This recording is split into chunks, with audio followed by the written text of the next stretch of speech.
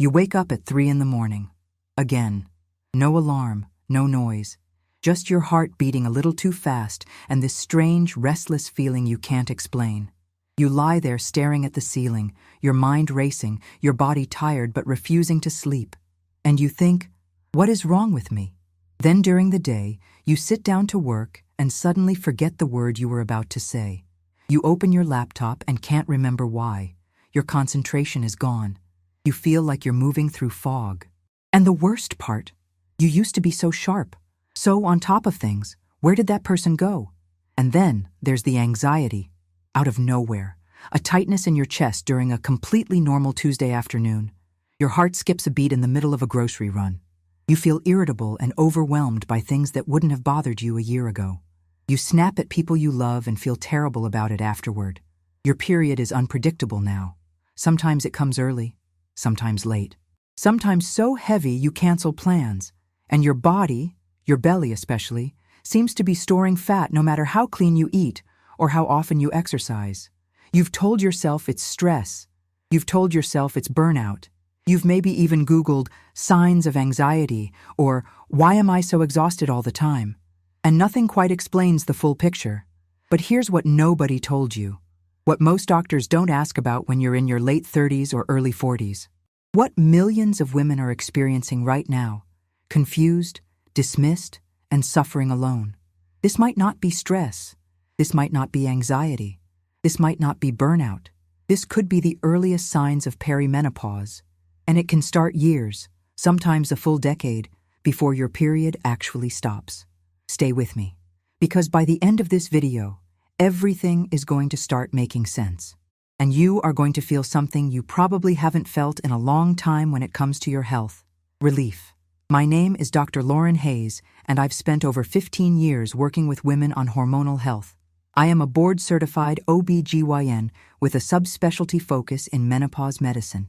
And I can tell you, the conversation we're having right now is one I've had with hundreds of women sitting across from me in my office. Women who are 37, 39, 41, 43. Women who came in thinking they had thyroid problems or depression or early onset anxiety. Women who had been told by well-meaning doctors that their labs look fine. Women who left those appointments with more confusion than answers. And what I've seen again and again is this. The symptoms were real. The suffering was real. And in so many of those cases, the root cause was hormonal.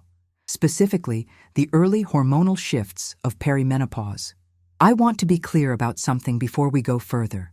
Perimenopause is not a disease. It is not something going wrong with your body. It is a natural biological transition. But it is also deeply misunderstood, dramatically undertreated, and almost never discussed with women before it begins. Today, that changes. We are going to walk through the 10 signs of early perimenopause that most women under 45 completely miss or misattribute to something else.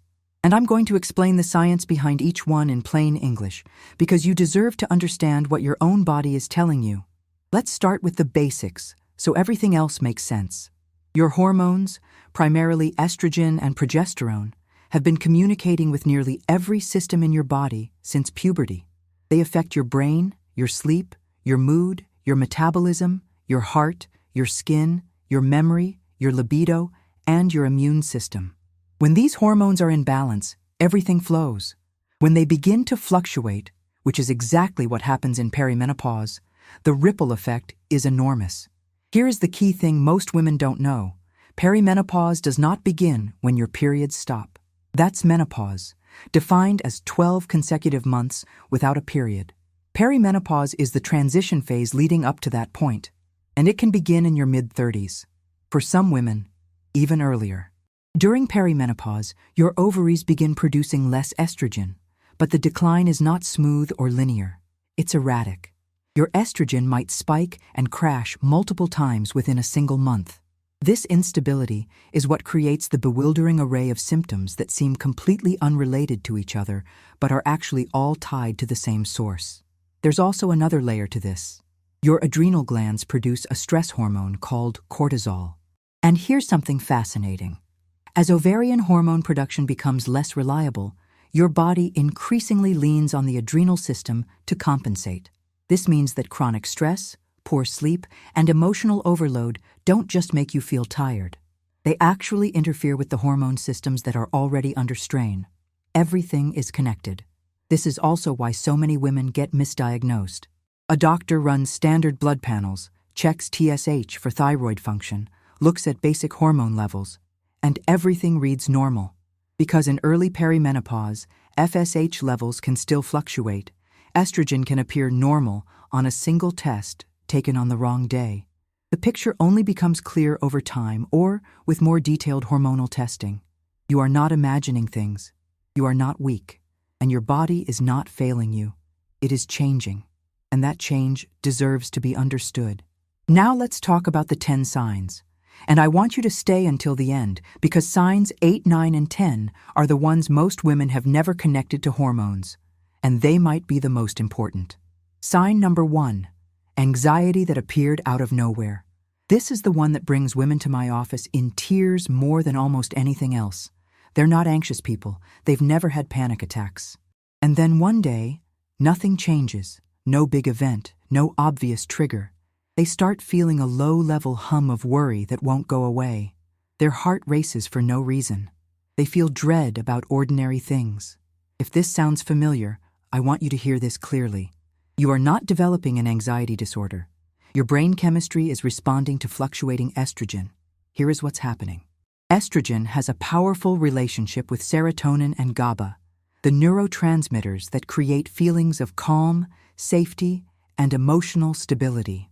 When estrogen drops suddenly, even temporarily, the brain's ability to regulate these chemicals is disrupted. The result feels exactly like anxiety. Racing heart, tightness in the chest, a sense of impending doom, overthinking, and emotional fragility. Women tell me they started seeing therapists. They started taking anxiety medication. Some of them felt slightly better, but never fully themselves, because the underlying cause, the hormonal fluctuation, was never addressed. If you've been prescribed anxiety medication in your late 30s or early 40s without anyone mentioning perimenopause as a possible factor, please talk to a doctor who specializes in hormonal health. You deserve a complete picture. Sign number 2, brain fog and memory slips. You used to remember everything. Names, dates, where you put your keys, what you were about to say. Now, you walk into rooms and forget why. You lose your train of thought mid-sentence. You read the same paragraph 3 times. You feel mentally slower, less sharp, less you. I have women tell me this is the symptom that frightens them the most.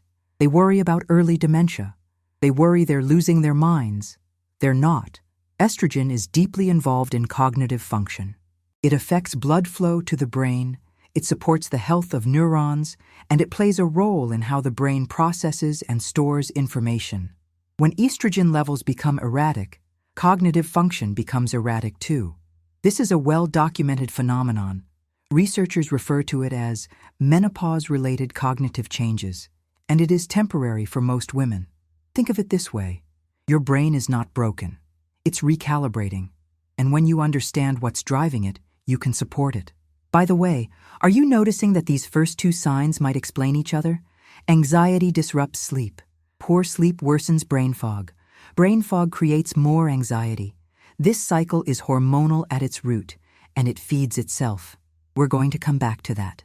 Sign number 3, waking up at 3 a.m. or sleeping poorly despite exhaustion. This is one of the most common and most misunderstood signs. You're exhausted during the day. You fall asleep fine.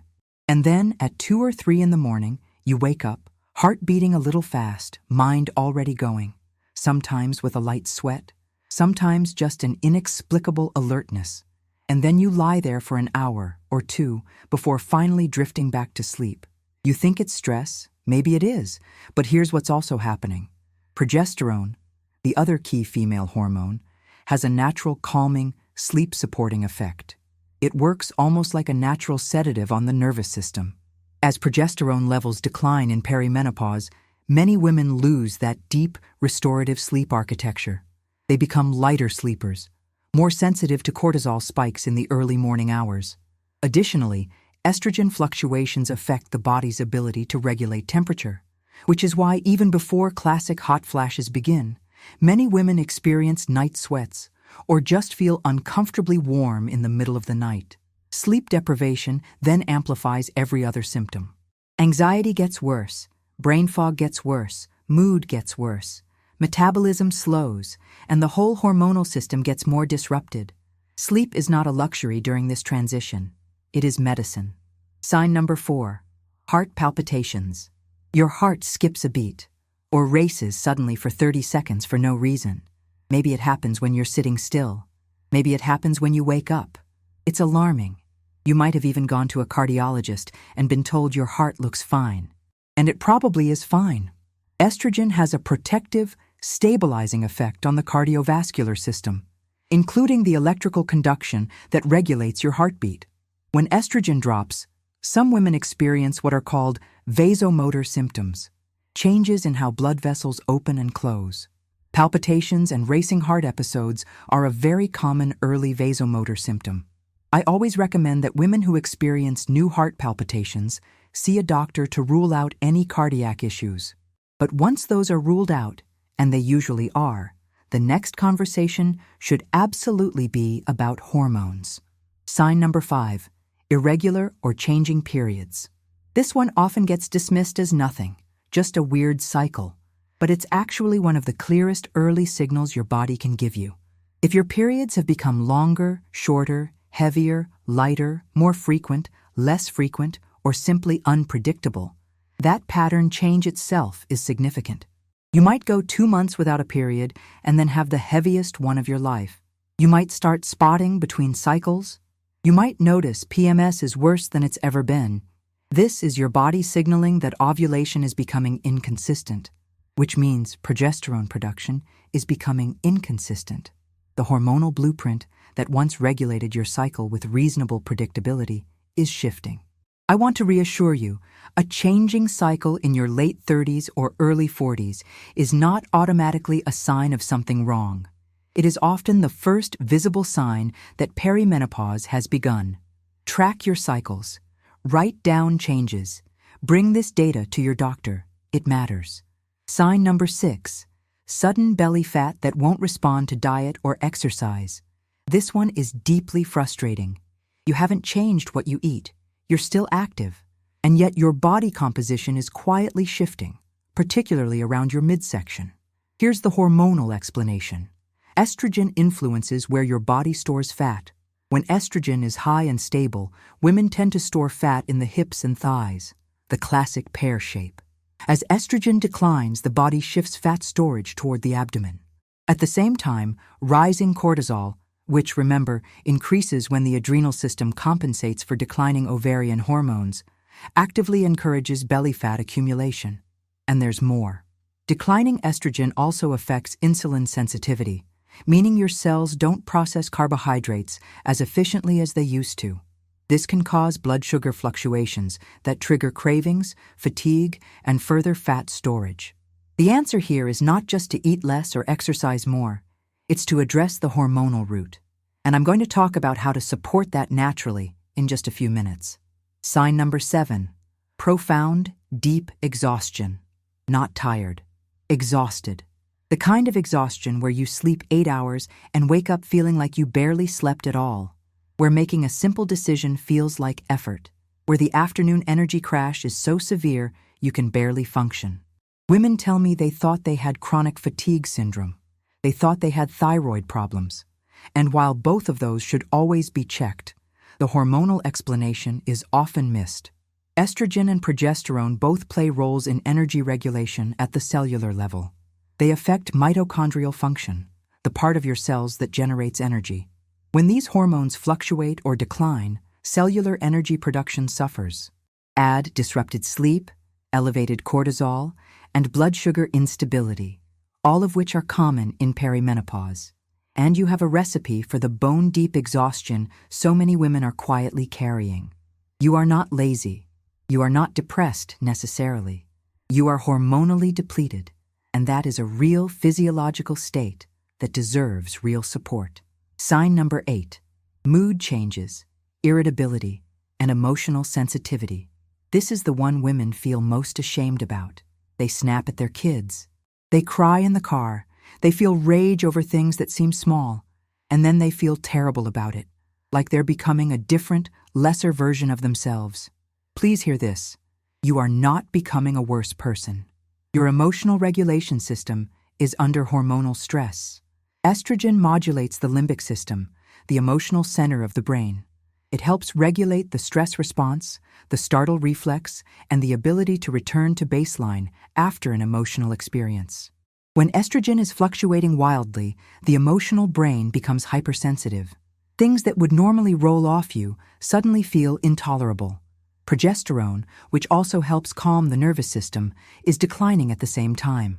The combination creates an internal emotional environment that is genuinely harder to manage, not because of character flaws, but because of chemistry.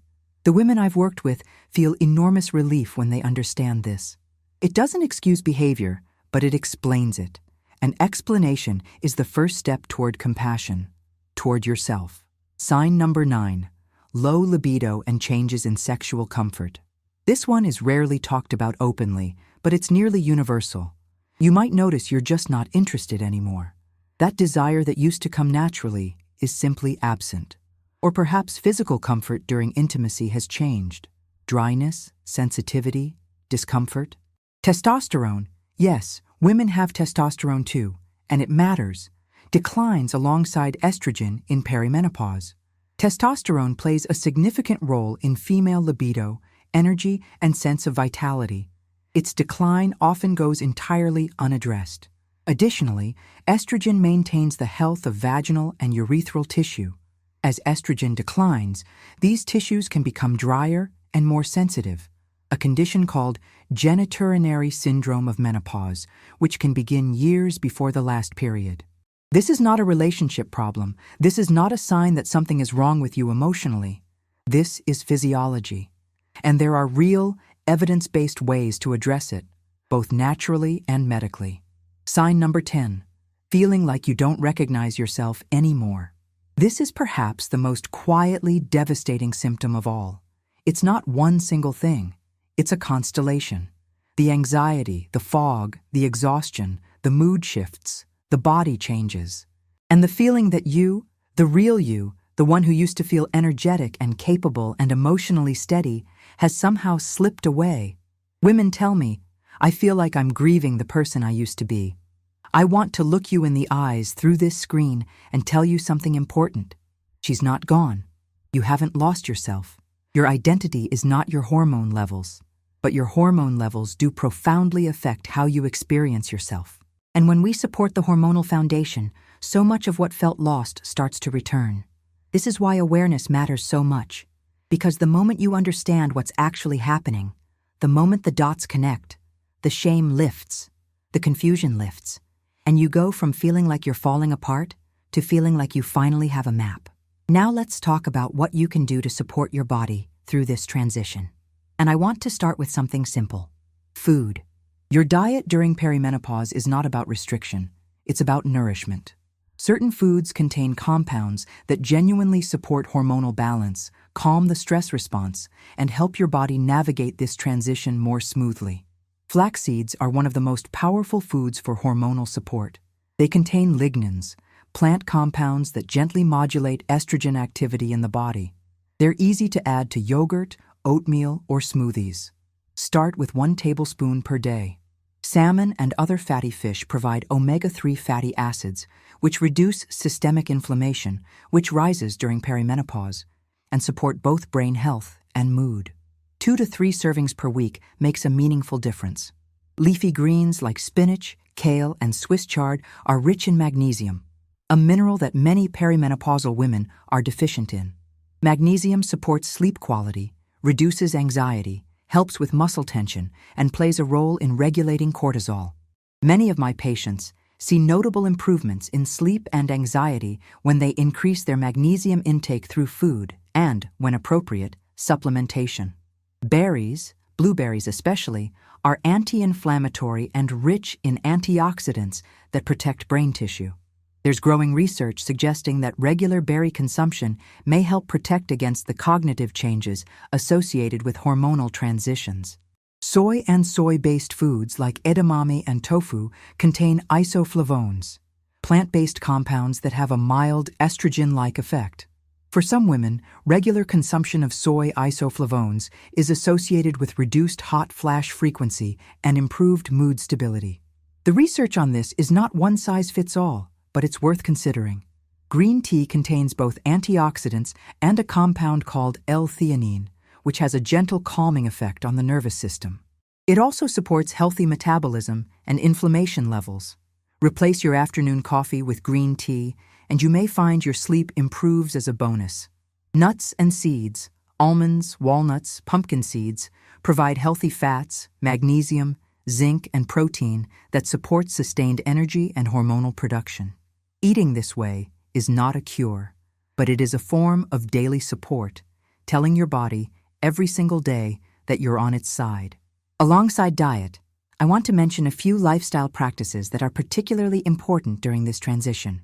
Resistance training, not just cardio, but actually lifting weights or doing bodyweight exercises, helps preserve muscle mass, support bone density, and improve insulin sensitivity. All three of those decline in perimenopause, and all three respond well to strength training. Prioritizing sleep is non-negotiable. Cool your bedroom. Create a consistent wind-down routine. Limit alcohol in the evening. Even one drink can significantly disrupt the deep sleep stages. And if you're waking in the night consistently, consider whether magnesium glycinate before bed might help. Stress management is not optional. Chronic elevated cortisol is a hormonal disruptor. It competes with progesterone at the receptor level, meaning your body's stress response literally suppresses your calming hormone.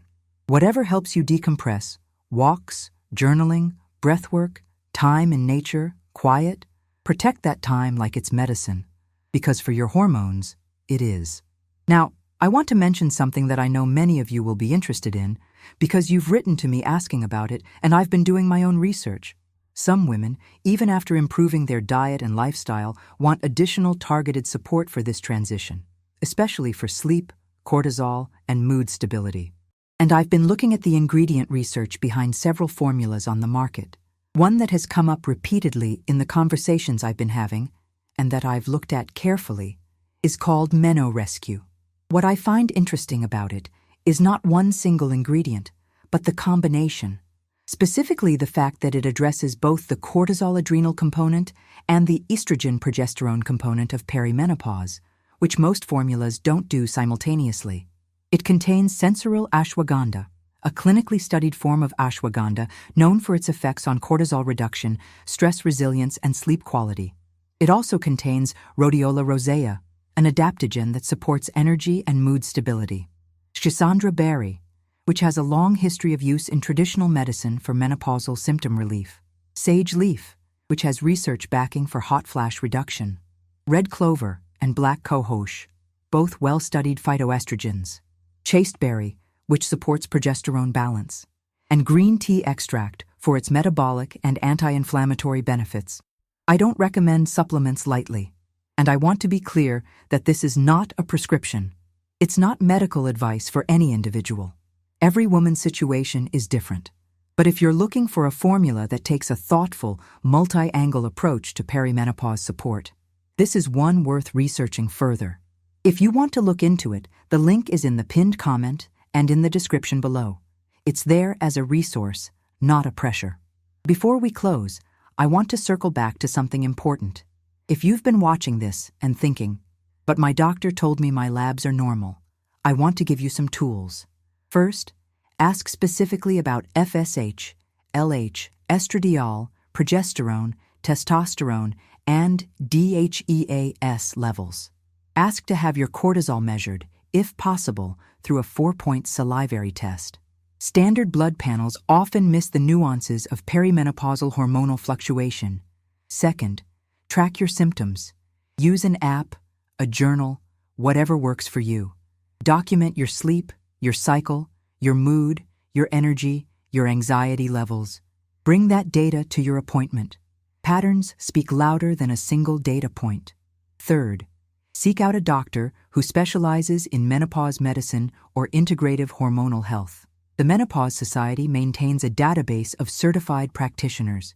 You deserve a provider who speaks this language fluently. And fourth, and this is important, trust your own experience. If you feel different, you are different. Your symptoms are data. You are not making them up. You are not being dramatic. You are a woman whose body is in the middle of one of the most significant hormonal transitions of her life, and you deserve to be heard. If any of what I've shared today resonated with you, if you've connected even 2 or 3 of these signs to your own experience, I'd encourage you to explore further. The resources I mentioned, including the link to Meno Rescue for those interested, are in the description and the pinned comment below. Not because I want you to buy something, but because I want you to have options. Let me leave you with this. The woman you're worried about becoming, scattered, exhausted, emotionally overwhelmed, unlike herself, she is not your future. She is your body asking for help. She is your hormones asking to be understood. She is the version of you that simply hasn't had the right information yet. Now you do. The signs make sense now. The connection between your anxiety and your hormones, that makes sense now. The 3 a.m. wake-ups, the brain fog, the belly fat, the mood swings, the low libido, the exhaustion, all of it now connected. All of it now explainable. All of it now something you can actually work with. Perimenopause is not the beginning of the end. For the women I've worked with who get the right support, who understand what their body is going through and give it what it actually needs, this transition becomes something unexpected. It becomes a reclamation. A turning point where they start listening to their body, maybe for the first time, and discover a version of themselves that is not diminished but deepened. You are not too young to be going through this. You are not alone in going through this. And you are absolutely not without options. If this video helped you, please share it. There is a woman in your life right now feeling exactly what you've been feeling, telling herself it's just stress, and she needs to see this. Share it with her. That might be the most important thing you do today. Take care of yourself. I mean that, and I'll see you in the next video.